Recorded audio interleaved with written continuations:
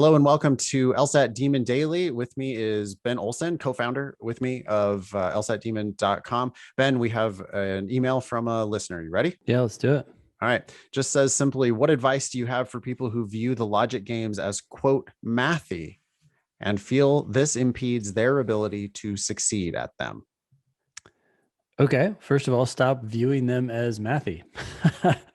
I don't know. Like it says for people who view the games as mathy, it's like, I'm not sure why you're letting yourself see it that way. You can reframe it by realizing But that aren't they? there's little to no, there's like, what math have we seen on the games? It's like 2 times Yeah, something is 4. It's right. like, Like there's more than, yeah. there's less than. Mm-hmm. And then on that one game, it was game 1 of June 2007, Yep.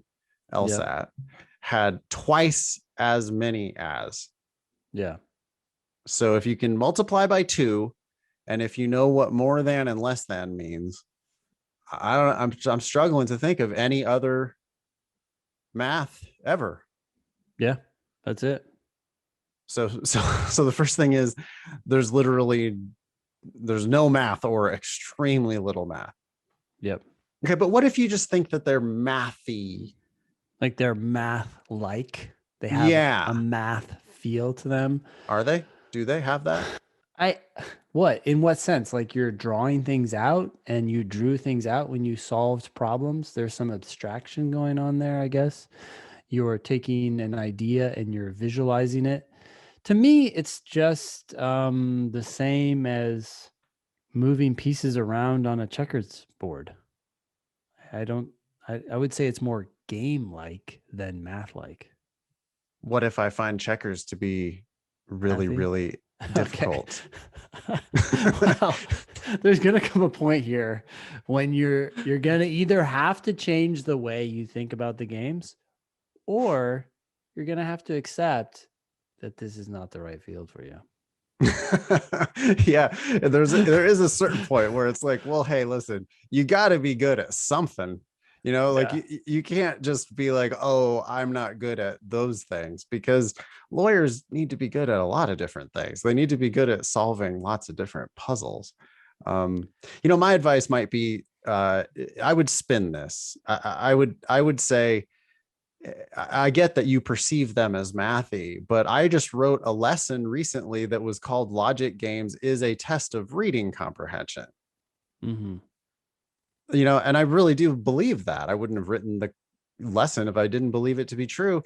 The first thing they're testing on the Logic Games is certainly not math. The first thing they're testing on the Logic Games is your reading. Yeah. Can you read the setup and the rules that they've given you? Can you read each of those rules independently and understand what it means? And if there are math adjacent things included there, Yeah. well, your first job is to read it correctly and understand what it means. If it is math, it's going to be some kindergarten style, not maybe kindergarten, first grade, second grade Yeah. style math, like multiplicate times 2. What grade is times 2? Third grade? I think it's actually Yeah, first not grade. more than that. Like it's pretty simple. And what they're really testing you is like, can you read it? Can you make sense of it? And can you practice these things a lot? And you'll get better. I'll let you have the Yeah. last word. Sure. Well, I think what you're saying is, and I think this is what's happening, is that it's a test of reading comprehension. People are failing to comprehend it, and then they're throwing up an explanation for that struggle as like, oh, mathy, it's mathy, and I don't do math. Well, no, really, this is, can you read and understand technical terms like if, only if, unless, and lawyers do this all the time. So it's a good test of your reading ability, and you need to become a word ninja to succeed on the LSAT and in law school and ultimately in your career. So you either got to turn and face this dragon that's haunting you and slay it, or go find another adventure. Beautiful. I hope that was a good daily dose of LSAT studying motivation. You can email daily at lsatdemon.com to get on our agenda.